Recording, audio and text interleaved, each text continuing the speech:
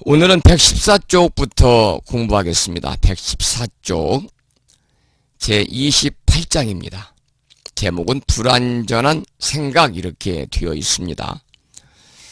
먼저 본문을 읽어보겠습니다. 부처님께서 말씀하셨습니다. 삼가 내 생각을 함부로 믿지 말라. 내 생각을 믿어서는 안 된다. 이성과의 만남도 삼가라. 이성과 만나면 곧 화가 생긴다. 아라한을 증득한 후라면 내 생각을 믿어도 될 것이다. 역시 이 28장 역시 출가 수행자에게 당부하신 부처님의 말씀이 되겠습니다. 이 28장에서는요, 자신이 옳다고 믿는 오류를 범하지 말라고 부처님이 경계의 말씀을 하고 계시죠. 이 내용은 범부의 마음이라는 것은 믿지 못할 것, 그리고 색의 그러한 색의 화에 관해서 범부의 마음이라는 것은 믿지 못할 것이요, 색은 분명히 화를 불러일으킨다는 그러한 부처님의 수행자에게 당부하시는 그런 말씀입니다.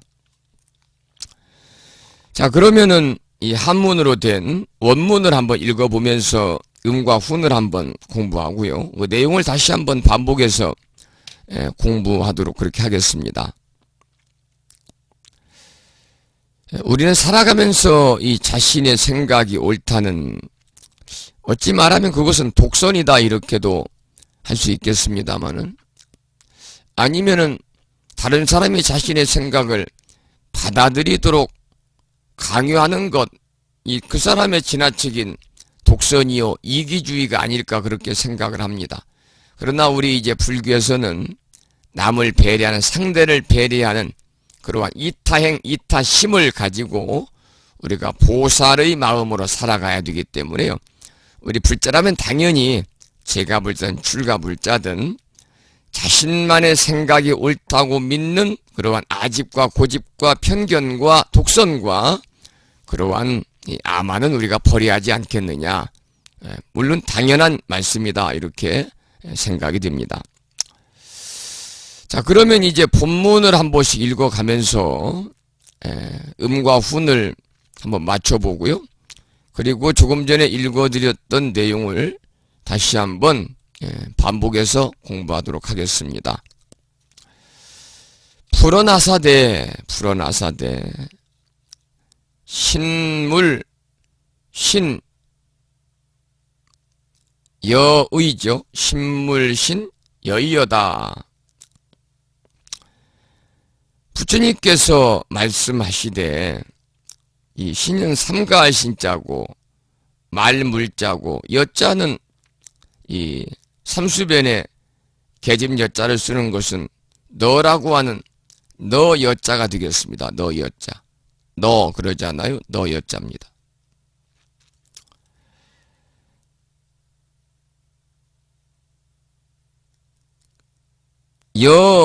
여으니까요, 너의 생각입니다. 너의 뜻입니다.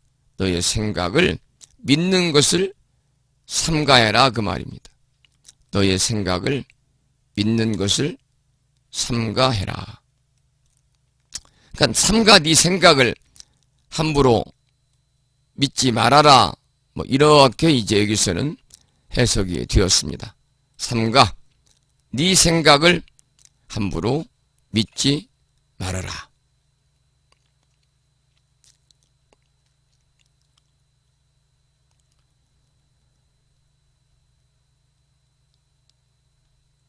그리고 그 뒤에 보면 여의 불가신이리라 나왔거든요.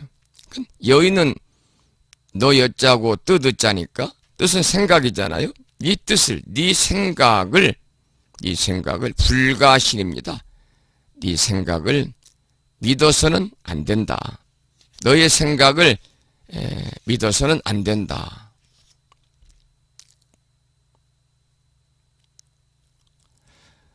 그 다음 뒤를 보면은 신물 여 색퀴어다 이렇게 나왔습니다. 이 말은 뭐냐면은 역시 삼가해라. 뭘 삼가하느냐? 색퀴입니다. 색퀴. 색은 여기서는 이성입니다. 이성. 이성과의 만날이 있죠. 만나는 것을 삼가해라. 이성과의 더불어서 만나는 것도 삼가를 해라 그 말이죠. 이성과의 만남 자체 삼가를 해라. 절대로 색과는 만나지를 마라 그런 얘기입니다. 색쾌 즉 색쾌하면 색을 만나면 그 말입니다. 색쾌하면 색을 만나면 즉 화생하리라. 색을 만나면 이성과 만나면 곧 화생하리라. 화가 생기리라 그 말입니다. 색을 만나면 곧 화가 생긴다. 이성을 만나면 곧 화가 생기리라. 득 아라한 이 하야사. 득 아라한 이 하야사. 여기서 이제 이 마지막 이자는 이미 이자니까요. 이미 이자니까요. 아라한을 깨닫고서야 그 말입니다. 이 말은 아라한을 증득하고 나서야 그 말이죠. 내가 신 여인이라. 바로 네 뜻을 믿을 수 있는 것이다. 그러니까 아라한을 증득한 후라면 네 생각을 믿어도 되지만 깨닫기 전에는 네 생각을 함부로 믿지 말아라. 깨닫기 전에는 네 생각을 믿어서는 안 된다. 이러한 얘기죠. 그러니까 범부의 마음은 믿지 못할 것과 또 색의 화를 밝히는 그러한 부처님의 말씀입니다. 이 장에서는 자신의 생각이 옳다고 믿는 오류를 범하지 말라고 경계하고 계신다. 무릇 우리들 범부의 마음은 나뭇가지에서 자기 마음대로 이리저리 뛰어다니는 원숭이와 같고 넓은 벌판에 곱비를 풀어놓은 망아지와 같으므로 마음과 생각 모두 믿지 말아야 한다. 왜냐하면 지금 이 자리에서는 기쁘다고 생각했는가 하면 어느 사이에 돌연 슬퍼지기도 하고 언제는 좋았다가 언제는 싫어지는 등 한결같은 생각을 가지지 못하기 때문이다. 또한 자신의 생각이 옳다고 해도 절대적일 수가 없고 아무리 훌륭한 이론이라 해도 절대 불변의 진리일 수는 없다. 암안에 빠져서 스스로를 믿고 자만해서는 안 된다. 스스로 자신의 생각이 옳다고 하는 그러한 암안, 독선, 그러한 편견 버려야 된다 그런 얘기죠. 우리는 살아가면서 여러분 어떤지 모르겠습니다만 많은 분들이 자신의 생각이 옳다는 것을 끝까지 고집하는 분들이 계세요. 무조건 자신의 생각이 옳다는 사고방식. 이게 좋은 게 아니거든요. 자신의 생각이 무조건 옳다고 하는 사고방식이야말로 정말 아상에 가득 찬 사람이 하는 그런 생각입니다.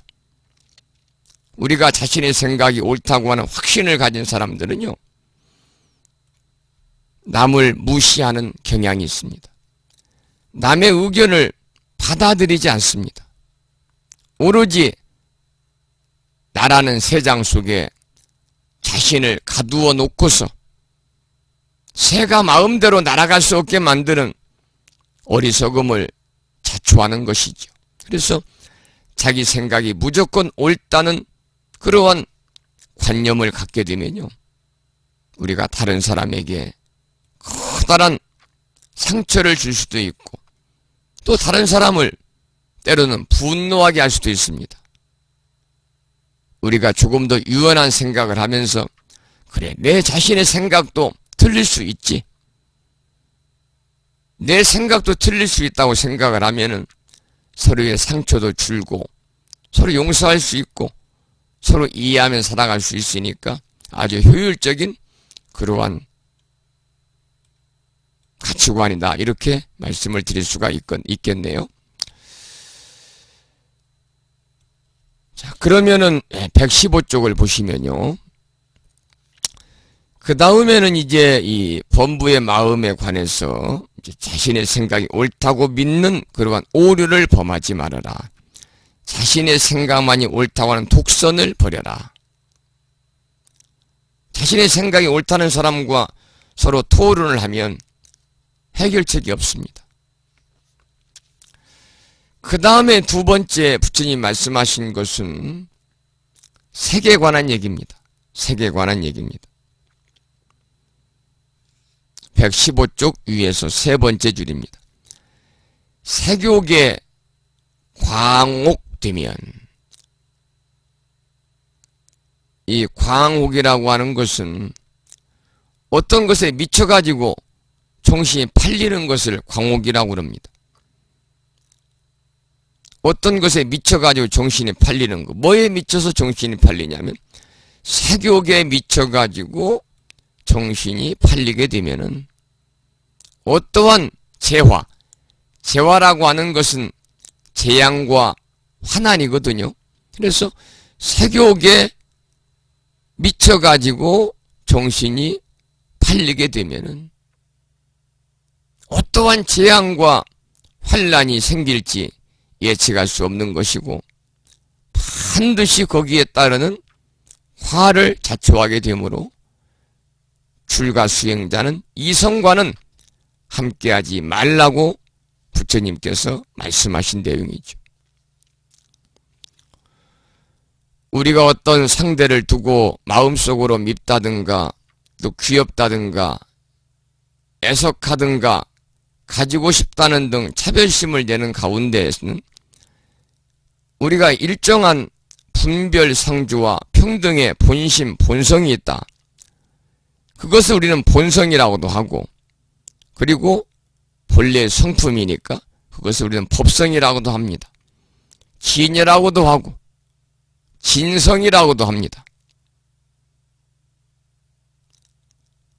바로 그 자리가 불성의 자리입니다. 이것을 우리는 신심이라고도 하고, 다른 말로는 본래 면목이라고도 하고 주인공이라고도 하고, 이렇게 이제 종지에 따라서, 종지라는 것은 이제 마루종자에 뜻자를 써서 중요한 뜻을 얘기하니까 중요한 뜻에 따라서 각기 다른 이름을 붙이고 있지만은 의미는 거의 비슷합니다. 그리고 지금 여기서는 이제 부처님 말씀하시기를 아라한과를 얻은 후라면 너의 생각을 믿어도 된다 그랬잖아요. 아라한을 증득한 후라면 네 생각을 믿어도 될 것이다. 그러니까 42장경 28장에서 부처님께서는 아라한관을 얻은 후라면 너의 생각을 믿어도 된다고 하였지만은 대승적 입장에서는 자력이라든지 타력을 막론하고 신심이 결정되어 가지고 정치 8가지의 올바른 그러한 이 정해져 있는 그러한 이 일들, 또 이렇게 불퇴전, 물러남이 없는 그러한 신행생활을 통해서 자신의 생각을 우리가 결코 그러한 불퇴전의 몸이 되지 않는 한 우리가 결코 자신의 생각을 믿어서는 안 된다 그랬습니다. 그러니까 타력을 종지로 하는 타력, 자신의 그러한 자력이 아니고 다른 사람의 힘을 통해서 우리가 타력을 중요한 뜻으로 생각하는 입장에서 본다면, 물론 부처님의 원력에 우리가 맡길 뿐 내 마음이라고 인정할 수 있는 것은 없다고 보아야 한다. 자력의 극치를 수 있는 선종에서 범부의 의지대로만 믿게 된다면 바로 신불, 신이나 부처님이나 또는 성현의 그러한 위치에 개합하지 못한다는 것을 강조하고 있는 것도 바로 그러한 까닭이다 그랬습니다. 그러니까 여기서 뒤에 나오는 그 좀 설명드린 내용을 조금 난해하긴 합니다만 핵심적인 만남, 핵심적인 요소는 뭐냐면 범부의 마음은 믿지 못할 것이다. 그러니까 이 범부의 마음 믿지 못할 거니까 자신의 생각이 옳다고 우리가 믿는 그러한 오류, 그러한 독선을 버려라 그런 말씀이고, 그 다음에 수행자는 어떤 일이 있어도 절대 이성과의 만남을 삼가해라. 이성과 만나면 곧 화가 생기는데 아란을 증득한 후라면 이 생각을 믿어도 될 것이다. 그래서 이 완전하지 못한 생각, 범부의 마음을 믿지 못할 것, 범부의 마음은 그리고 색의 화를 이렇게 밝히는 그런 대목의 이야기였습니다. 지금 계속해서 이렇게 그 여색, 색, 이성에 관한 그런 이야기가 나오는데 이 부처님께 수행자의 그러한 이 초신에 관해서 가르침을 주는 내용으로 우리가 이해를 하시면 되겠습니다. 그 다음에 116쪽을 보시면 역시 이성을 보는 법이죠. 여기서 역시 여색을 멀리 해가지고 허물을 막을 것을 밝히는 그러한 내용이 되겠습니다. 부처님께서 말씀하셨습니다. 삼가 여색을 만나지 말고, 삼가 여색을 만나지 말고. 우리가 이제 이 여색이라고 하는 것은 여색, 여자와의 그 육체적인 관계도 얘기하지만 남성을 끄는 여자의 그러한 그 이 자태라고 그럴까요? 여성의 남성을 끌어당기는 여성의 그러한 자태나 모습 이런 것들을 또 우리가 여색이라고 그럽니다. 삼가 여색을 만나지 말고 말을 주고 받지도 말아라. 만약 함께 말을 해야 할 경우라면은 정심으로 이렇게 사념하라. 바른 마음으로 이렇게 생각해라 그 말이죠. 나는 사문이다. 비록 혼탁한 세상에 처해 있더라도 진흙탕에도 더럽혀지지 않는 연꽃과 같이 청정을 지키리라. 이렇게 스스로 다짐하고 연로한 여인은 어머니처럼 생각하고 자기보다 위인 여인은 누나같이 생각하고 아래인 여인은 누이 동생처럼 생각하며 어린 사람은 자식처럼 생각하여 제도할 마음을 내면 나쁜 생각이 사라질 것이다. 우리가 이성을 대했을 때 본인의 의존와는 상관없이 이렇게 색정이 발동할 때가 있다 그 말이죠. 그럴 때는 바로 자기 혼자 정심으로 사념하라는 겁니다. 나는 수행자다. 비록 혼탁한 세상에 내가 처해 있다 할지라도 내가 세속에 이렇게 혼탁한 세상에 더불어 함께한다 할지라도 나는 더럽혀지지 않는 진흙탕 속에서도 결코 내 몸에 더러움을 묻히지 않는 연꽃과 같이 청정함을 지키리라. 이렇게 다짐을 하고 연로한 여인은 어머니처럼 생각하고 자기보다 위인 여인은 누나같이 생각하고 자기보다 아래인 여인은 누이 동생처럼 생각하고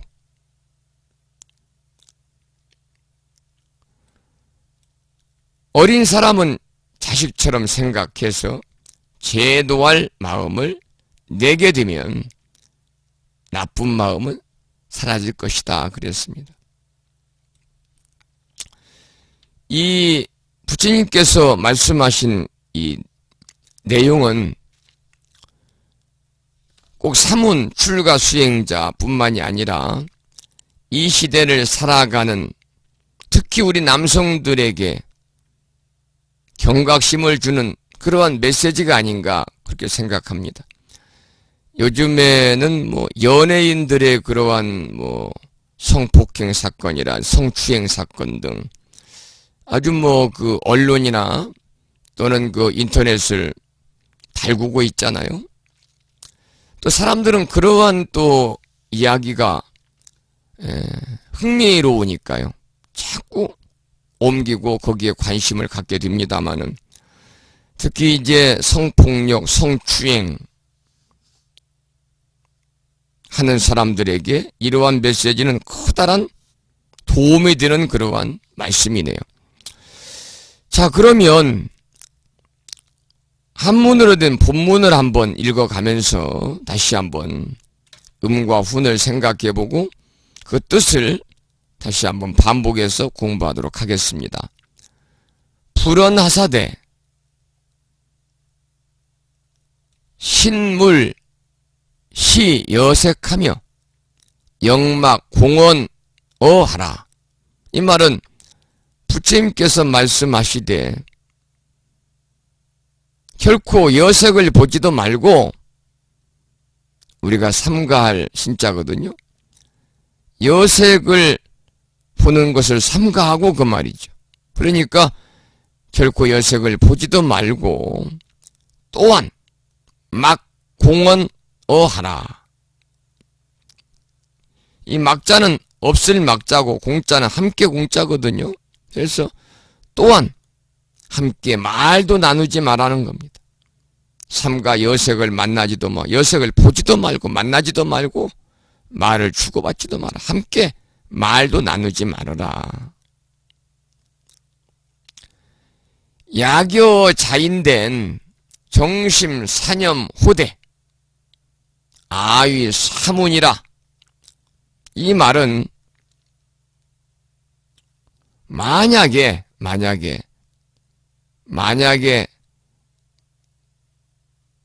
여자는 더불어 여자잖아요. 만약에 더불어서 말을 할 때는 정심 사념오대 마음을 바르게 하고 생각하되 그 말입니다. 만약에 더불어 말을 할 때는 함께 말을 해야 할 경우라고 한다면 정심으로 이렇게 사념하라. 이 말은 마음을 바르게 하고 생각하라 그 말입니다. 마음을 바르게 하고 생각해라. 아위 사문이라 초우탁세라도 내가 사문이 되어서 내가 사문이다 그 말. 내가 사문이 되어서 처우탁세라도 탁세 혼탁한 세간에 처한다 할지라도, 그러니까 비록 혼탁한 세상에 처해 있다 하더라도 그 말이 마땅 당자 갓들렸자 영꼬됐자 빛나라자 니자는 지능 니자 더러울 오자입니다. 그래서 당여 연화 불위니오 당여 연화 불이 니오 인다라야. 마땅히 연꽃이 진흙에 더럽혀지지 않는 것과 같이 해야 한다. 마땅히 연꽃이 진흙에 더럽혀지지 않는 것과 같이 해야 된다. 그러니까 여색을 만나면 여색을 만나지도 말고 여색을 보지도 말고 함께 말도 나누지 마라. 만약에 더불어 말할 때는 마음을 바르게 하고 생각해라. 나는 수행자다. 비록 혼탁한 세상에 처해 있더라도 진흙탕에도 더럽혀지지 않는 연꽃과 같이 청정을 지키리라. 혼탁한 세간에 처하더라도 마땅히 연꽃이 진흙에 더럽혀지지 않는 것과 같이 해야 하느니라 그 말이죠. 그 다음에 보면 상기 노자 염호하고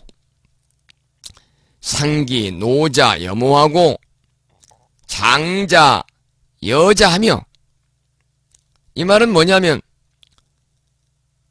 로자입니다. 로자 늙은 여자입니다. 늙은 여자는 그러니까 연로한 여인네는 그 말입니다. 연로한 여인은 뭐처럼 생각하느냐?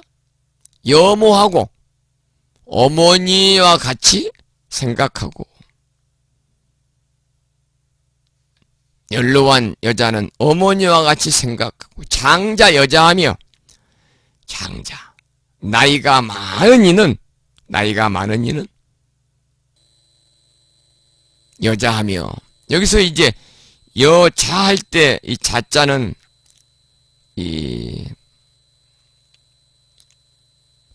우리가 이제 자매 그럴 때 이제 이 자자를 우리가 쓰죠. 그래서 손위 누이 자자입니다. 손위 누이자. 자자도 이 자매 그럴 때는 손위 누이 자자에다가 누이 몇 자를 쓰니까요. 자기보다 손위를 얘기합니다. 장자 여매하며, 나이가 많은 이는 누이와 같이 생각하며, 여기서 몇 자, 자자 여자니까요. 장자 나이가 많은 사람은 여자하며 손이 누이와 같이 생각하고, 소자 여매하며, 나이가 적은 이는 누이 몇 자니까요. 누이 동생처럼, 누이 동생과 같이 생각하고, 치자 여자하야, 치자입니다. 치자는 어릴 치자입니다. 그래서 우리가 물고기도 치어를 방류한다 그러잖아요. 막 어린 물고기를 치어라고 그래요. 치자는 어릴 치자입니다. 치자 여자하야, 어린애는 자식과 같이 생각하여 생도 탈심이언정, 제도할 마음을 내게 되면은, 생도탈입니다. 마음을 벗어나서 제도할 마음을 내게 되면은 식멸 양념이니라. 식멸 악념이니라. 악념이라는 것은 악한 마음이거든요. 나쁜 생각이거든요. 이러한 악한 마음, 나쁜 생각이 식멸입니다. 식멸. 쉬식자 멸할멸자. 나쁜 생각이 저절로 쉬어질 것이다. 끊어질 것이다. 저절로 사라질 것이다. 117쪽을 보시면 이 29장에서는 불도를 닦는 사문이 여인을 대할 때의 마음가짐에 대해서 설하고 계시는 부처님의 말씀입니다. 우리가 수행을 하는 데 있어서 가장 지장을 주는 것이 여러 가지가 있습니다만, 특히 수행에 있어서 가장 지장을 초래하는 것은 바로 여러 가지 중에서도 색욕이라고 하는 색욕. 색욕처럼 수행에 있어서 지장을 초래하는 것은 없다. 그래서 초발심 자경문에서도 개처심 학인문에 그렇게 나오잖아요. 재색지와는 심어독사하니 성기지비하야 상수 원리여다, 이렇게 나와요. 특히 수행자에 있어서 가장 화를 불러오는 것은 뭐냐면 재물과 여색이라는 겁니다. 재색지와는, 재물과 여색의 화는 심어독사하니, 독사보다 더 무서운 것이니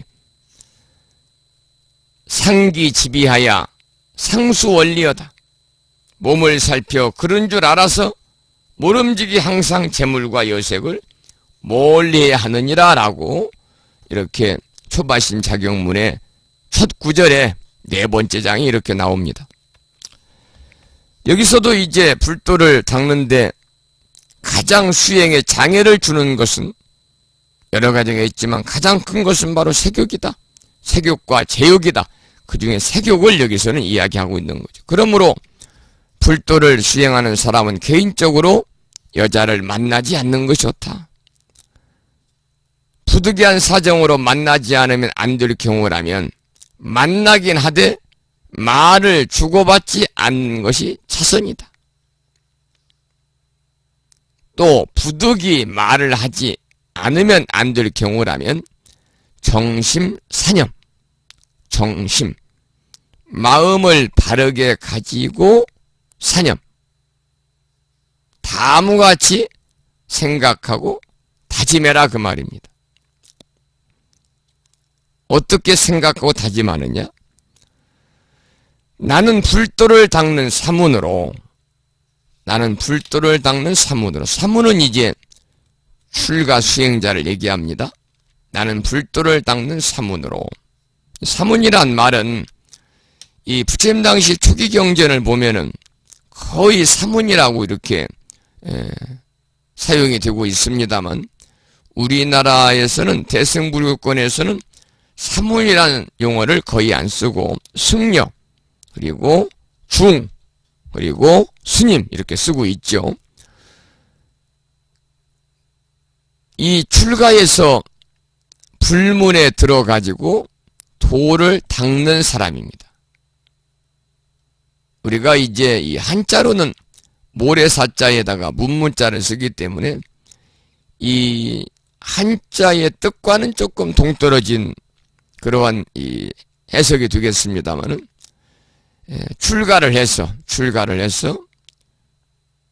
이제 승려가 될 사람이니까 집과 세속의 인연을 떠나가지고 불문에 들어서 이렇게 수행 정진하는 사람을 사문이다 이렇게 말합니다. 나는 불도를 닦는 사문으로 이미 출가하여 승려의 몸이 되었다. 비록 몸은 오타각세라 일컫는 사바세계에 처해 있지만, 우리가 이제 우리 불교에서는 오탁악세라는 말을 여러분들 많이 들어보셨죠. 그리고 불교대학 수업을 통해서도 불교 입문이나 이런 기초교리 과정에서 우리가 이미 다 한번 배웠던 그런 얘기입니다만은 가물가물하시죠. 다시 한번 짤막하게 말씀을 드리면, 오탁악세니까 5가지 아주 흐릴 탁자거든요. 5가지의 더러움으로 가득 차 있는 세상을 우리가 오탁악세라고 그럽니다. 이 많은 사람들이 이렇게 얘기하죠. 지금이 바로 오탁악세의 그러한 세상이다라고 현재의 우리의 살아가고 있는 이 사바세계를 이야기하고 있습니다. 그러면 오탁악세라는 것은 무엇인가?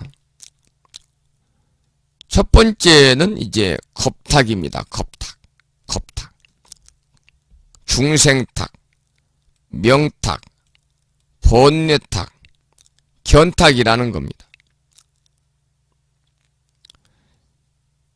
이 겁탁이라는 것은 소위 말하면 삼재가 일어날 때 바람의 재해,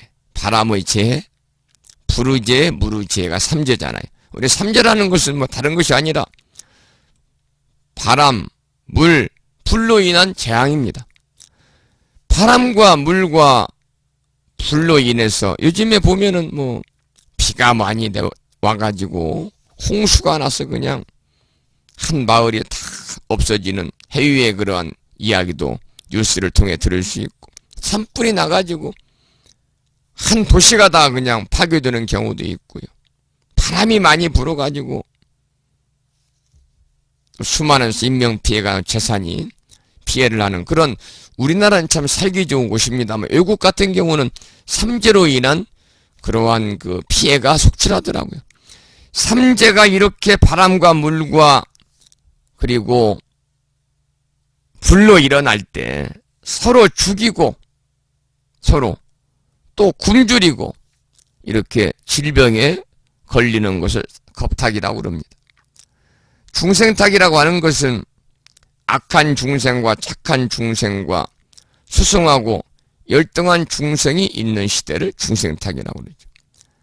명탁이라고 하는 것은 10살의 중생과 20, 30살, 나아가 100살, 200살까지 길고 짧음이 있는 그러한 세상. 번뇌탁이라고 하는 것은 탐욕이 많고 성냄이 많고 어리석음이 많은 그러한 세상. 견탁이라고 하는 것은 삿된 견해, 삿된 견해. 소위 말하면 악영과 중생견이 판을 치는 세상. 이런 것들을 이제 우리가 오탁악세다, 이렇게 말을 하고 있습니다. 특히 이제 우리가 경전 중에서도 이 오탁악세는 이 법화경에서 이렇게 처음에 이렇게 나왔습니다. 법화경에서 오탁이라는 말이 나오거든요. 이 5가지의 더러움으로 가득 찬 이 세상을 가리켜서 우리가 오탁이다, 그렇게 이야기합니다. 그래서 특히 이제 이 겁탁은 많은 사람의 수명이 날로 줄어들어 가지고 질병 같은 것이 계속 일어나서 이 지구가 멸망하는 시기까지 다가온다는 거잖아요. 또 우리가 이제 이 견탁이라는 것은 중생이 사견을 통해서 선한 그러한 길을 가지 않는다는 것이고요. 중생탁은 중생이 악업을 많이 지어서 또 인과 보복을 두려워하지 않는 그러한 세상이고요. 번뇌탁은 중생이 애욕이 많아서 신심을 어지럽히는 것이고, 그리고 이제 명탁이라는 것은 중생의 악업이 증가해서 수명이 단촉이 되는 것. 이 법화경에서 처음으로 나오는 것이 바로 이제 오탁악세입니다. 오탁악세. 그리고 금강경에 보면은 후 500세라는 말이 나오거든요. 그 후 500세가 바로 오탁악세죠. 이것을 우리가 일반적으로는 말법시대다라고 이야기를 합니다. 우리가 이제 이 말법시대는 소위 부처님의 그러한 정법, 불법이 제대로 유통되지 않은 어리석은 어지러운 세상이다. 그러니까 이 말법시대가 되었다가 다시 정법시대로 바뀔 수도 있기 때문에 우리나라만 놓고 본다고 그래도 조선시대가 바로 불법이 탄압을 받았던 시대거든요. 그리고 일제시대에는 일본 불교 영향으로 상당히 타락했고, 그런데 우리나라에 성철 스님이나 이러한 그 훌륭하신 선지식들이 나타나가지고 또 회복이 된 그런 경우도 우리가 볼 수 있습니다. 그리고 우리가 한번 오탁악세 시대, 말법 시대가 되었다고 그래서 이 불교가 사라지는 건 아니고 다시 말법 시대가 되어가지고 훌륭한 그러한 또 선지식이 나오게 되면 정법 시대로 언제든지 바뀔 수가 있는 것이다. 그런 말씀도 참고 삼아 드리겠습니다. 나는 불도를 닦는 사문으로 이미 출가하여 승려의 몸이 되었다. 비록 몸은 오탁악세라 일컫는 사바세계에 처해 있지만 진흙 속에 피어있는 연꽃과 같이 청정을 지키리라.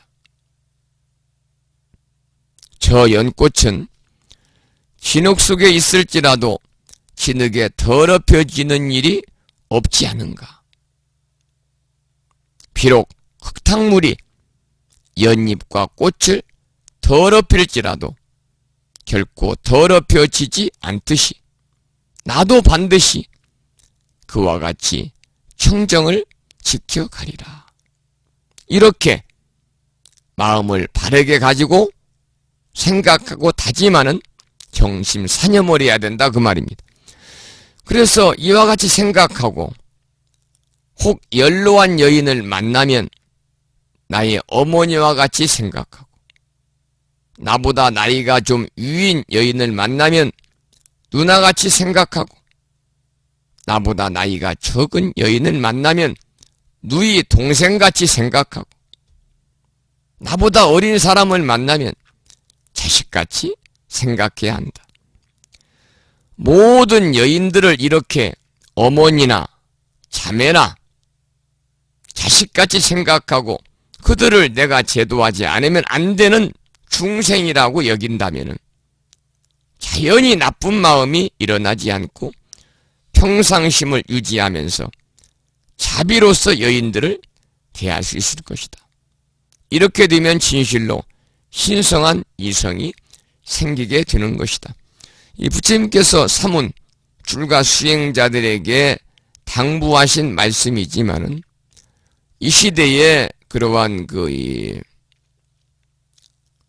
성도덕이 추락을 하고 성윤리가 추락한 이 시대에 정말 꼭 필요한 그러한 메시지가 아닌가 이렇게 더불어서 생각을 해볼 수가 있겠습니다.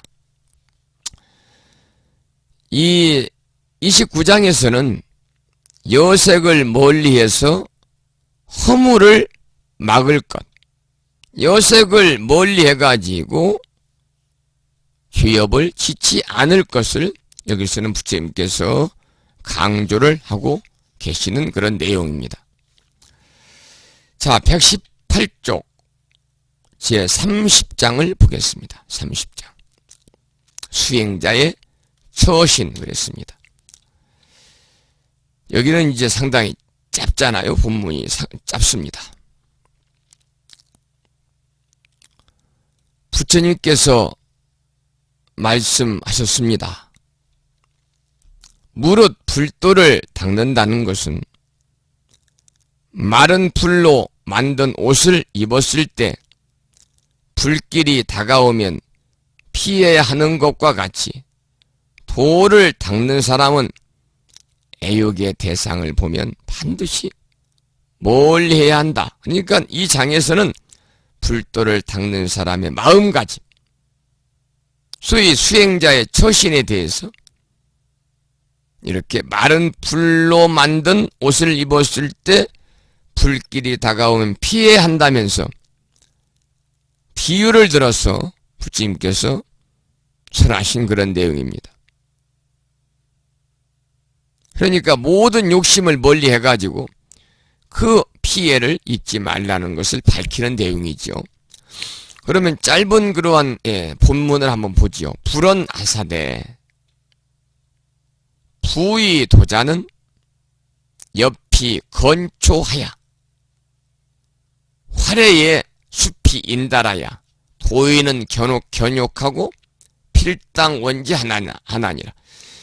불어나 부처님께서 말씀하시되 부의도자는 대저 도를 닦는 사람은 그 말입니다. 여기서 이제 부자는 대저 무릇 이렇게 우리가 표현을 합니다. 대저 불도를 닦는 사람은 대저 도를 닦는 사람은 같은 말이죠. 옆이 건초하야 옆이 건초하야 마치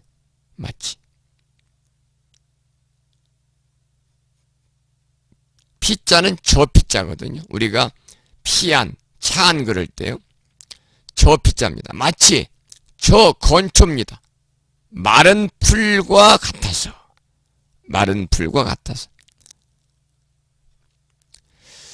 여기에서는 간초라고 나왔죠. 옆이 간초하야 그랬습니다. 이 간자 우리가 이제 절에서는 축원할 때 건명, 곤명 그러잖아요.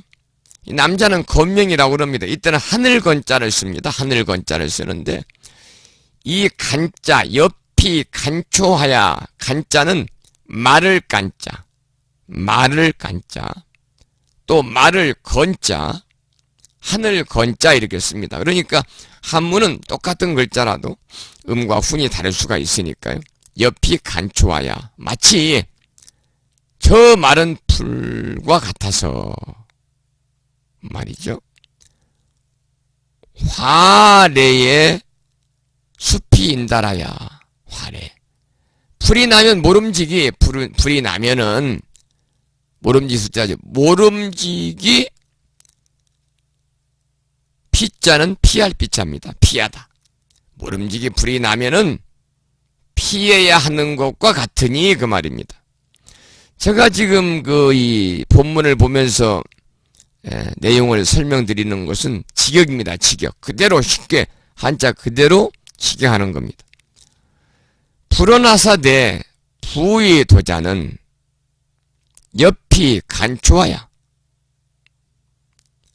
화래에 숲이 인달하야 대저 도를 닦는 사람은 마치 저 마른 풀과 같아서 불이 나면은 모름지기 피해하는 것과 같으니 도인 견욕하고 도를 닦는 사람은 견욕 욕심을 보거든 필당 원제하나니라.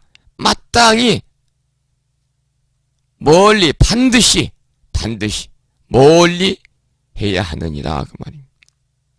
여기서 이제 도인, 견, 욕이라고 그랬습니다만 도를 닦는 사람이 욕심을 본다 그랬잖아요. 여기서 이 도를 닦는 사람은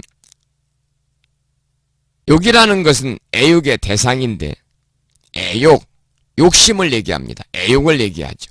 도를 닦는 사람은 애욕을 보거든 반드시 멀리해야 된다. 그래서 여기에서는 불도를 닦는 사람의 마음가짐에 대해서 마른 불에 닿는 것에 비유한 그러한 비유로서 부처님이 설하신 내용입니다.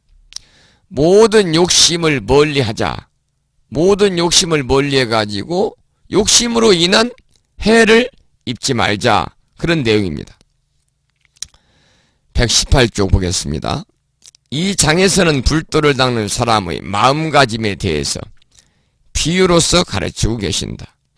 진실한 마음으로 도를 배우고 닦아 깨달음을 얻으려는 사람은 마른 풀로 만든 옷을 입은 것처럼 덜 마음을 단속하고 다스려 애욕의 불길이 다가왔다고 생각하면은 그것을 피해서 멀리 떠날 수 있는 자세가 되어야 한다. 이건 우리가 진실한 마음으로 부처님의 가르침을 배우고 닦아서 정말 깨달음을 얻으려고 하는 사람들은 이렇게 초신하자. 이렇게 마음을 우리가 다스리자 그 말이죠.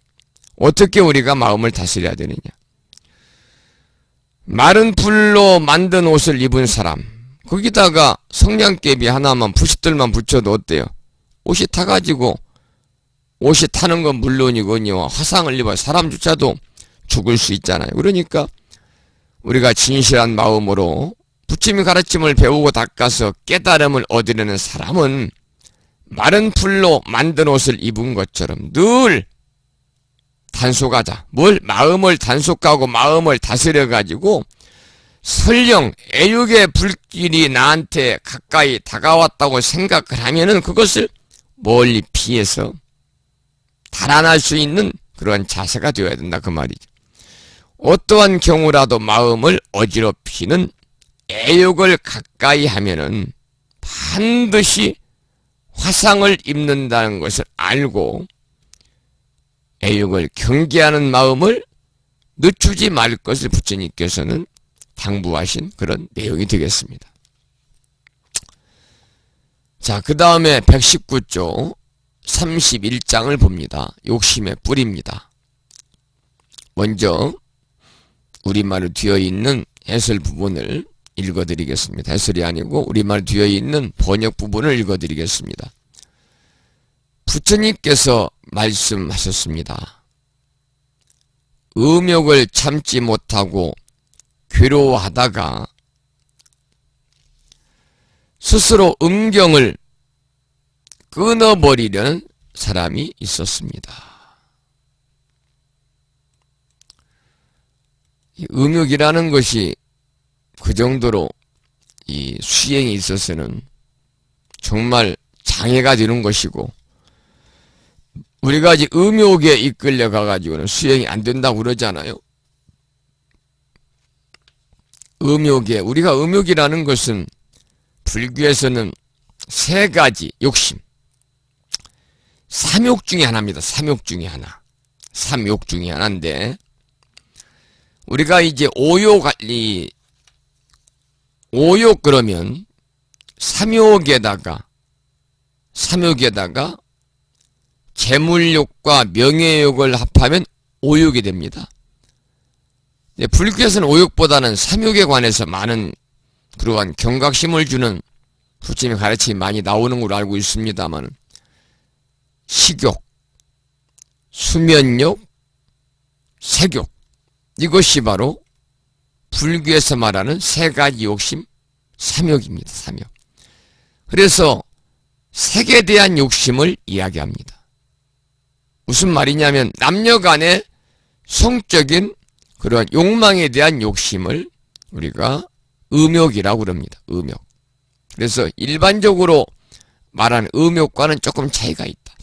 일반적으로 말할 때 음욕은 음란할 음자에다가 욕심을 써서 음란한 욕심입니다. 음란하고 방탕한 그런 욕심을 얘기하지만 불교에서는 식욕과 수면욕 그리고 색에 대한 이 삼욕 중에 하나를 이야기한다. 이렇게 말씀을 드릴 수가 있겠습니다. 부처님께서 말씀하셨습니다. 음욕을 참지 못하고 괴로워하다가 스스로 음경을 끊어버리는 사람이 있었습니다. 음경이라고 하는 것은 응달 음자에다가 줄기 경자를 써서 남자의 생식기를 이야기합니다. 음욕을 참지 못하고 색에 대한 욕심을 참지 못하고 괴로워하다가 스스로 자기의 음경을 끊어버리는 사람이 있었습니다. 부처님께서 그 사람을 위해 말씀하셨습니다. 만약 음경을 끊어버리더라도 그것은 마음을 끊는 것만 못한 것이다. 만약 음경을 끊어버리더라도 그것은 마음을 끊는 것만 못한 것이다. 마음은 마치 공조와 같으니 마음은 공조와 같으니 뒤에 나옵니다만 공조라는 것은 어떤 모임이나 단체 인솔자 또는 지휘자를 뜻하는 것입니다. 공조. 그리고 공조는 우리가 공공자를 쓰고 무리조자를 써서 안팎의 일을 맡아본 저서를 또 공조라고 그럽니다. 마음은 마치 공조와 같으니 이 공조를 멈추게 한다면 공조를 따르는 것들은 모두 식멸되는 것인데 사심을 멈추지 않고 사심 간사할 사자에다가 마음심자를 쓴 사심입니다. 사심. 사심을 멈추지 않고 우리가 이제 자기 욕심을 채우려는 마음을 사심이라고 하는데 그때는 사사로울 사자를 쓰는 것이고요. 여기서는 간사할 사자입니다. 다시 말씀을 드리면 도리에 어긋난 간사스러운 마음입니다. 도리에 어긋난 간사스러운 마음, 사심을 멈추지 않고 음경을 끊는다면 무슨 이익이 있겠느냐? 이렇게 부처님께서는 말씀을 하시고 개송으로 또 말씀을 하셨습니다. 욕심은 너희 마음에서 생기고 욕심은 너희 마음에서 생기고 마음에서 사와 생이 생기나니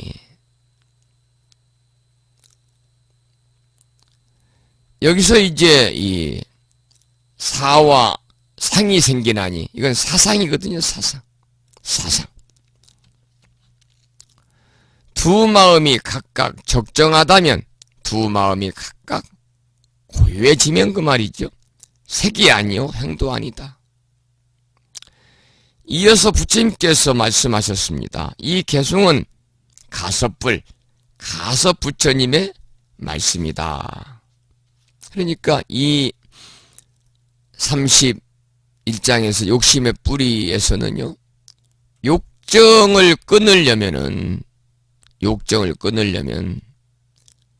음경을 끊는 것이 중요한 게 아니라 욕정을 끊으려면 먼저 마음을 끊어라. 욕정을 끊으려면 먼저 마음을 끊어라. 이렇게 부처님께서는 당부의 말씀을 하고 계시는 거죠. 욕정을 끊으려면은 먼저 마음을 끊을 것을 밝히는 겁니다. 욕정이라고 하는 것은 이성에 대한 육체적인 욕망입니다. 욕정, 이성에 대한 육체적인 욕망입니다. 욕망. 자, 그러면 120쪽을 넘기고 한문 원문을 보면서 다시 한번 본문을 다시 한번 공부해 보겠습니다.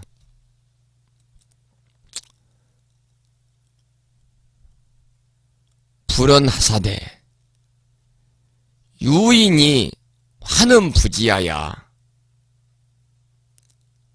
욕자제음이언을 부처님께서 말씀하시되 어떤 사람이 유인이니까 있을 유자 사람인 자 유인이 어떤 사람입니다. 어떤 사람이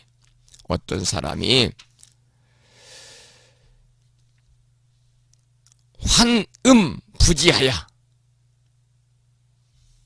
여기서 근심 한자거든요. 근심 한자. 음이라는 것은 음욕입니다. 음욕. 어떤 사람이 음욕이 부지 그치지 않는 것을 근심하여 어떤 사람이 음욕이 그치지 않는 것을 근심하여 욕자제음이언을 스스로 그래서 음이라는 음경을 얘기합니다. 음경 생식기를 끊고자 했다. 제거할 제자는 생식기를 제거하고자 했다. 불이 유지왈 부처님께서 그에게 말씀하시기를 부처님께서 그에게 이르기를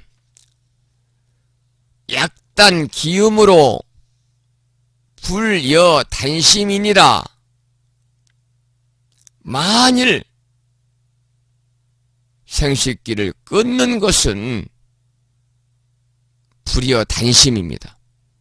그 마음을 끊는 것만 못하다. 만일 생식기를 끊는 것은 그 마음을 끊는 것만 갖지 못하다. 심여 공조하나니 마음은 공조와 같은 것이니 공조약지하면 공조가 만일에 그친다면은 종자 도시가리라. 수종하는 사람도 모두 개치겠지만 따를 숫자. 그래서 공조하는 따르는 사람들이 모두 다 그치겠지만은 사심부지하면 단음 하이길이요.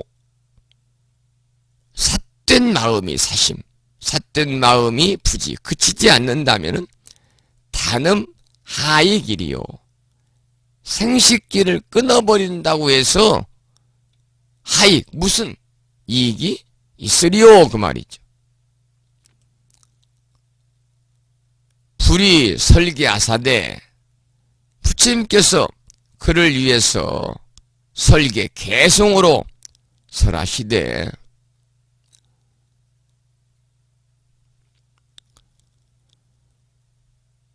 욕생 어여의라고 의 사상생하나니 욕심은 여의 네 뜻에서 욕심은 네 뜻에서 생기고 욕심은 네 뜻, 네 마음에 생기고 그 말이죠. 의 사상생하나니 뜻은 마음은 사상에서 일어나는 것이니 이심 각 적정하면 이심 두 마음이 각각 적정 고요해지면은 비색역 비행이니라. 색도 아니요 행도 아니니라. 풀어나사대 부처님께서 또 말씀하시되 차계는 이 개송은 시 가섭불설이니라. 바로 가섭불의 말씀이라 하셨다 그 말입니다. 직역을 해서 제가 본문을 한자를 읽어드리면서 뜻을 설명을 해드렸습니다. 아까 나오는데 수종이라는 게 있습니다. 그래서 딸을 이 수종, 수종이죠. 수종. 쫓아다닌다 그럼 따라다니면서 그 일을 하는 사람은 우리가 수종이다 그렇게 얘기하죠.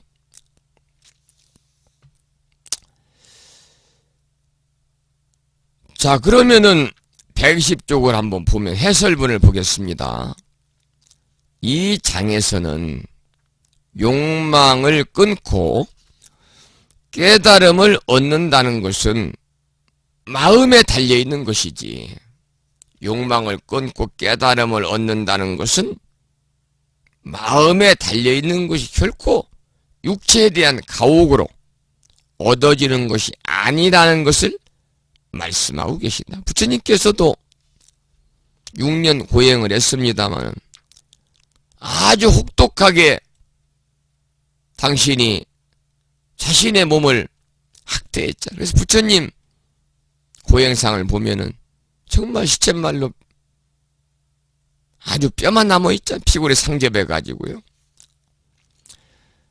바로 그런 말씀이에요. 우리가 깨달음을 얻는다는 것은 뭔지 욕망을 끊어야 되고, 욕망을 끊고 깨달음을 얻는다는 것은 결코 육체에 대한 가옥으로 얻어지는 것이 아니라, 고행 수행이 아니라 내 마음에 달려있는 것이다 라고 여기서는 말씀을 하고 계신다. 그래서 법구 비유경에도 보면 이와 같은 이야기가 실려있다. 음욕을 참기 어려워서 고민하다가 드디어 음경을 끊어버리려고 하는 사람이 있었다.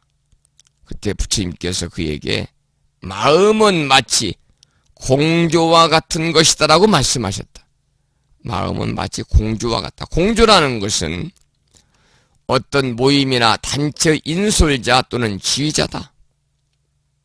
따라서 단체에 소속된 사람들은 지휘자의 지시에 따라서, 인솔자의 지시에 따라서 각 분야별로 자기가 맡은 역할을 수행하도록 되어 있다. 그런데 만약에 그 인솔자 또는 지휘자에게 문제가 생겨서 그 조직의 통솔력을 상실하거나 엉뚱한 일에 신경을 쓰게 되면 그 밑에서 움직이던 사람들은 모두가 통제권을 벗어나서 제멋대로 행동을 하거나 아니면 제대로 역할을 수행하지 못하고 그들의 활동이 멈춰지게 된다. 이와 같이 몸을 잘 통솔하기 위해서는 지휘자인 마음을 잘 다스려야 한다. 마음이 색욕에 동하지 않고 고요한 상태로 있으면 육체도 고요한 상태를 유지할 수 있지만은 색욕에 광혹된 혼미한 마음을 다스리지 않고 음경을 끊어버리려고 하는 것은 자신의 육신만 해칠 뿐 욕정의 뿌리를 다스리는 데는 아무 소용이 없는 것이다. 제가 이제 어렸을 때 저희 마을에 이 손가락이 오른손가락이 3개인가요? 엄지만 있고 엄지하고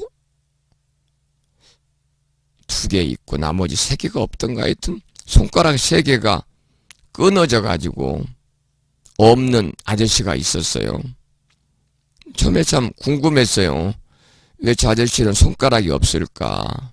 나중에 이제 알고 보니까 본인이 스스로 끊었어요. 손가락을 잘랐어요. 본인 스스로.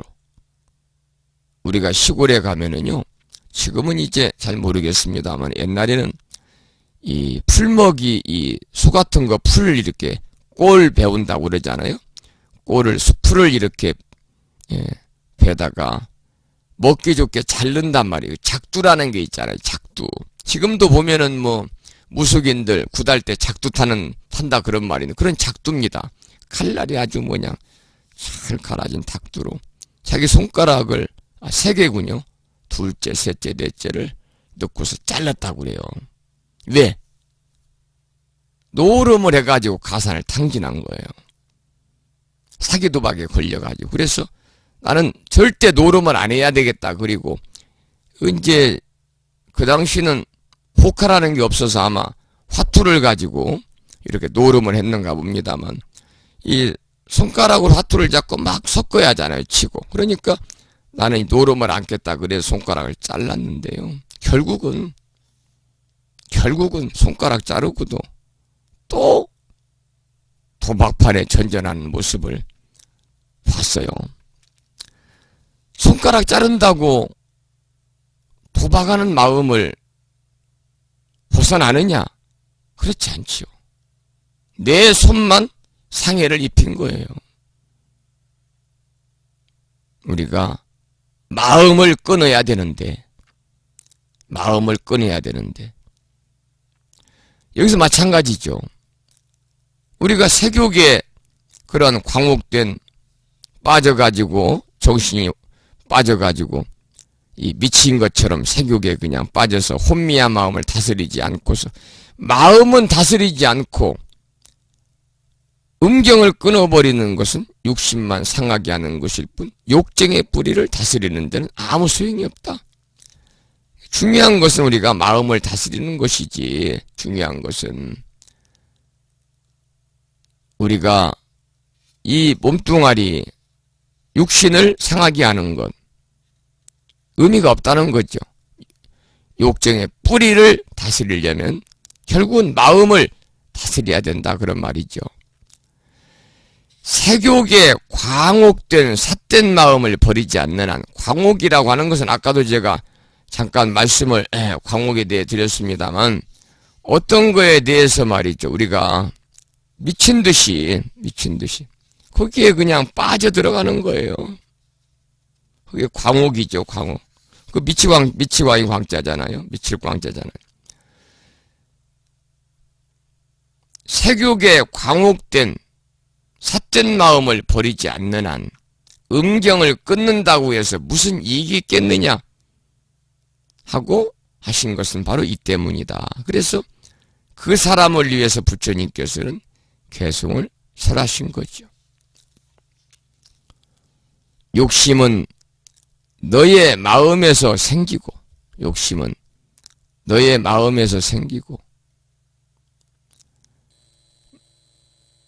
마음에서 사와 상이 생겨나니, 마음에서 뜻에서, 욕심은 너희 뜻에 마음에 생기고 마음에서 사상이 일어나는 것이니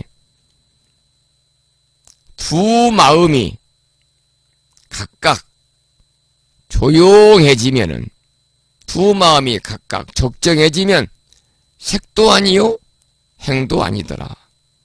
여기서 이제 첫 번째 구절, 욕심은 너의 마음에서 생기고 해서 마음이라는 것은 뭐냐면 육식 중에서 제6의식에 해당한다. 육식 중에서 제6의식에 해당한다.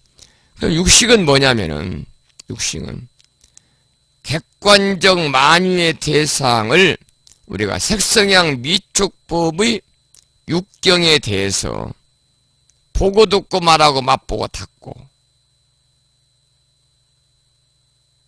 안입이 설 신이죠. 색성향 미촉법. 바로 이러한 인식작용을 이야기하는 겁니다. 인식작용. 곧 우리가 안식, 이식, 비식, 설식, 신식, 의식을 우리가 이제 육식이다 이렇게 얘기합니다. 육식. 그 다음에 일반적으로 심리학자들은 마음을 지정의 셋으로 구분하고 있는데 비해서 우리 불교에서는 의식작용을 더 세분화해서 논하고 있다.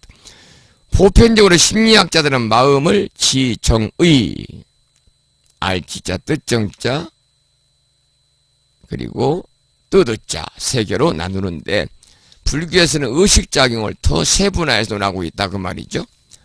그렇다면 의식이라는 것은 어디서 일어나는 것이냐? 의식이라는 것은 어디에서 일어나는 것이냐? 바로 상으로부터 일어나는 것이라고 정의할 수 있다 그랬습니다. 이 세 가지에서 일어나는 것이다. 의식은 어디서 일어나는 것이냐?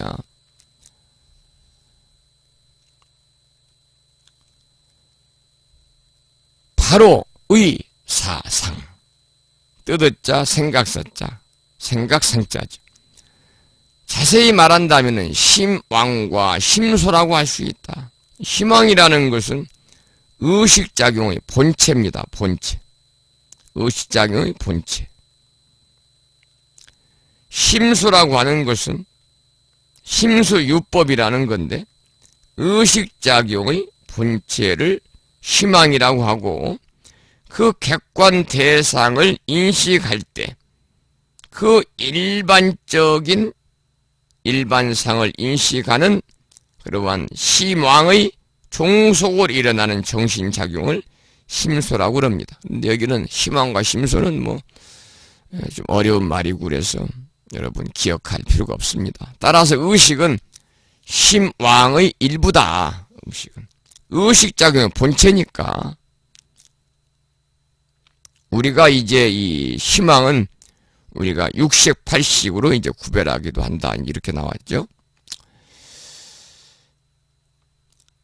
그리고 이제 이 사와 상은 심수의 일부인데 사의 심수는 조작하는 것을 성으로 삼으며 경계상의 정인, 사인, 유인의 상에 집착하는 것이고 상의 심수는 집취를 의로 하며 경계상에서 상을 취해서 성으로 삼는다. 좀 어렵습니다. 그 내용이. 그 다음에 이제 설명을 해서 나왔어요. 그 어려운 거에 관해서. 요약해서 말하면 이 내용만 이해하시면 됩니다. 어떤 사물을 보거나 접했을 때 귀엽다고 생각하든지 또는 싫다고 생각하는 것은 사다. 생각사자입니다. 사고 그러한 생각이 마음속에 계속 남아서 그것이 다시 생각나는 것은 뭐냐면 상이다. 한자로 이제 생각상자입니다. 그러니까 어떤 사물을 보거나 접했을 때 우리가 참 귀엽다, 좋다, 아니면 싫다, 미흡다, 지저분하다 이렇게 생각하는 것은 생각사자 사고. 그러한 생각이 마음속에 계속 남아가지고 그것이 다시 생각나는 것이 바로 서로상자를 쓰는 생각상자를 쓰는 서로상의 마음심자를 쓰는 상이다 그 말이죠. 이와 같이 마음의 작용이 모여서 우리들의 의식세계를 만들어내는 것이기는 하지만 그 두 마음이 사와 상이 적정하게 되어서 고유하게 되어가지고 사나 상이 망령되게 움직이지 아니하면은 의식도 스스로 적정하게 되니까 이 경계는 바로 색도 아니고 행도 아닌 비색, 비행의 자리다 그 말입니다. 뒤에 설명한 내용을 여러분이 들으시면 이해가 되지요. 여기서 색이라고 하는 것은 꼭 색용만을 지칭하는 것이 아니라 색상과 모양으로 나타나는 의식의 대상, 즉 모든 인식 대상을 포함하는 것이 여기서 말하는 색입니다.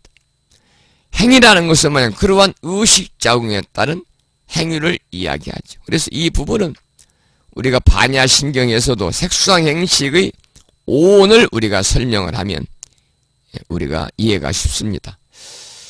여기서는 이제 이 오온을 밑에 보면은 오온에 관해서 오취연, 오음, 오중, 오취라고 그랬습니다만은 우리가 다섯오자 온자는 쌓을 온자거든요. 그래서 오는 모아서 쌓은 것, 즉 화합해서 모인 것. 그래서 무릇 생멸하고 변화하는 것을 종류대로 모아가지고 다섯 종류로 구별한 것이 오온입니다. 색온, 수곤, 수온, 색상 행식이니까 색온, 수온, 상온, 행온, 식온입니다. 그러면 이 오온에 관해서 우리가 이제 이 반야신경에서도 오온 개공이 있잖아요. 오온 개공, 오온 개공, 도일체. 오온에 관해서 조금 설명을 좀 드리겠습니다. 여기서 말한 것처럼 오온은 오취온이다. 또 오음이다 그래요. 오음이다. 또 오중 그래서 무리중자를 쓰기도 합니다. 오취라고도 합니다. 자, 이래서 온이라는 것은 모아서 쌓은 것이다 그런 말인데 화합하여 모인 것이라는 뜻입니다. 화합하여 모인 것이다, 쌓인 것이라는 것을. 그래서 생멸하고 생하고 멸하고 변화하는 것을 색온, 수온, 상온, 행온, 식온 다섯 가지로 분류해서 온이라고 그럽니다. 생멸하고 변화하는 것을 이렇게 다섯 가지로 분류해서 오온이라고 그러는데, 첫 번째 색온이라고 하는 것은 스스로 변화하면서 다른 것까지도 장애하는 물체, 곧 물질을 말합니다. 스스로 변화하면서 다른 것까지도 장애하는 물체, 곧 물질을 말하는 것이고요. 수온이라고 하는 것은 한자로 받을 숫자를 씁니다마는 고통이나 즐거움을 느끼는 감각작용을 수온이라고 합니다. 고통이나 즐거움을 느끼는 감각작용을 수온이라고 합니다. 세 번째, 색온, 수온, 상온 그래요. 상온은 뭐냐면 어떠한 대상을 마음속에 받아들이고 그것을 알고 깨닫는, 지각하는 마음의 작용입니다. 어떠한 대상을 우리가 마음속에 받아들이는 그것을 지각하는 마음의 작용입니다. 네 번째 행운은 뭐냐면 마음의 의지작용입니다. 마음의 의지작용.